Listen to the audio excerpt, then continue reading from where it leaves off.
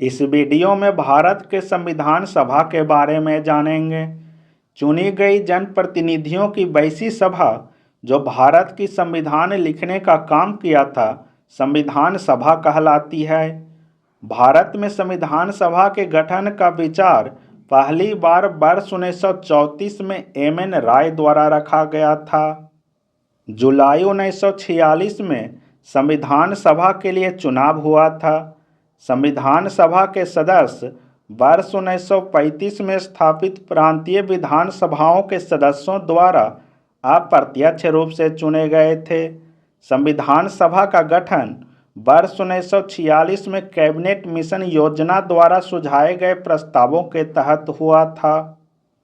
Cabinet mission योजना के अनुसार प्रत्येक प्रांत, देशी रियासतों एवं राज्यों के समूह को इनकी जनसंख्या के अनुपात में सीट दी जानी थी। समानतः प्रत्येक 10 लाख की जनसंख्या पर एक सीट की व्यवस्था की गई थी।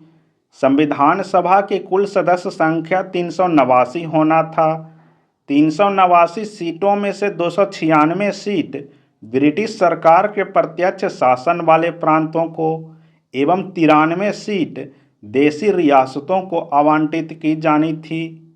296 सीटों में से 292 सदस्यों का चयन ब्रिटिश भारत के गवर्नरों के अधीन 11 प्रांतों से किया जाना था।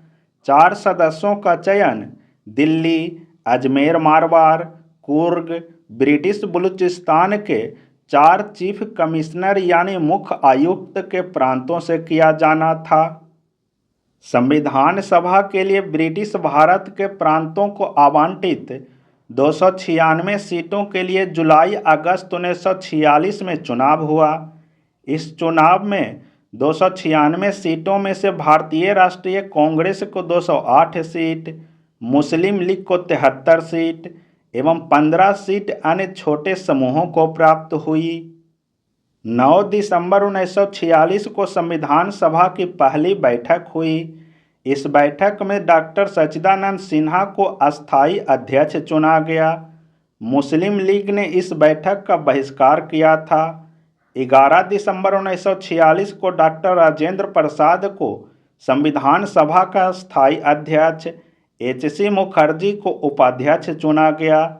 B.N. राव को संवैधानिक सलाहकार नियुक्त किया गया। 13 दिसंबर 1946 को संविधान सभा में जवाहरलाल नेहरू द्वारा उद्देश्य प्रस्ताव प्रस्तुत किया गया। इस प्रस्ताव को 22 जनवरी 1947 को सर्वसम्मति से स्वीकार किया गया। इस उद्देश्य प्रस्ताव के परिवर्तित रूप से संविधान की प्रस्तावना बनी।